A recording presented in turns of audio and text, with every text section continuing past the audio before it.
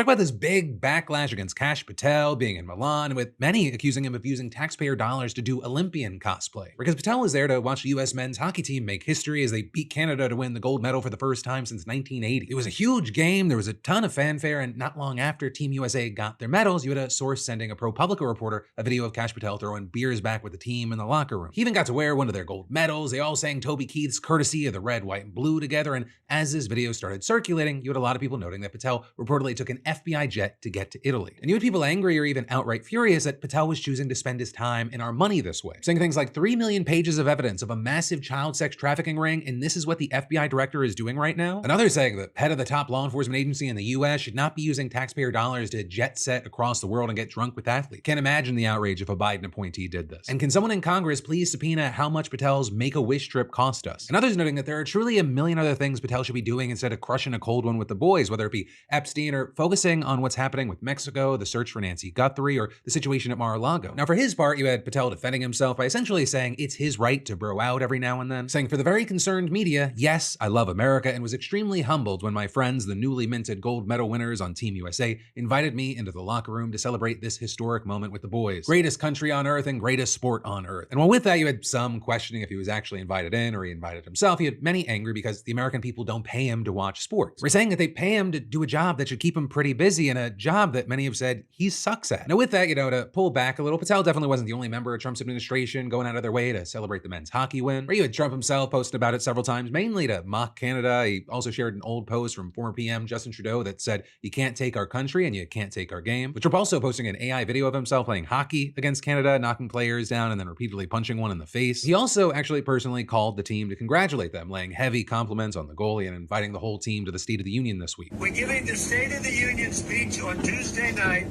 I could send a military plane or something, but if you would like to, it's the coolest night, it's the biggest. We're in. Speech. Well, some people, they had feelings about the team and Trump and this call in general. What really seemed to upset people about this call was when Trump brought up the US women's hockey team. Because, our women's team, they also got gold in a big win over Canada. But according to outlets like The Athletic, there was no indication that Trump reached out to the women to congratulate them on their win. And when he brought them up to the men, many felt like his remarks were pretty backhanded. And we have to, I must tell you, we're going to have to bring the women's team. You do know that. Absolutely. I do believe I probably would be impeached, okay?